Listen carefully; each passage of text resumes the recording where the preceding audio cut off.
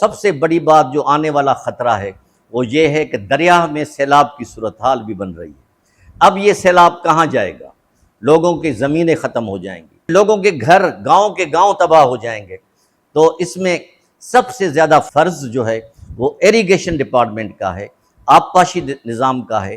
میری ایریگیشن کے وزیر صاحب سے گزارش ہے، یام شروع خان صاحب سے، ان کی طرف توجہ دیں، ان کی طرف ابھی سے انتظامیہ کو، اپنے اداروں کو، اپنے اسٹاف کو الرٹ رکھیں کہ کہیں کوئی خدا نخواستہ بریچ پڑ جائے، کوئی دریا کو کٹاؤ کی صورتحال ہو تو ان کو وہ اوور کم کریں، ابھی سے وہ تیاریاں مکمل کریں۔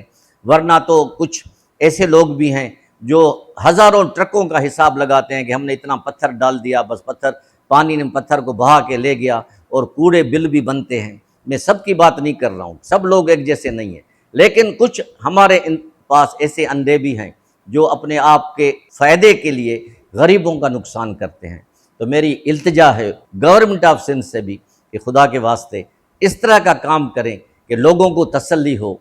باقی آفت آنا نہ آنا اللہ رحم کرے گا، اللہ کے ہاتھ میں ہے۔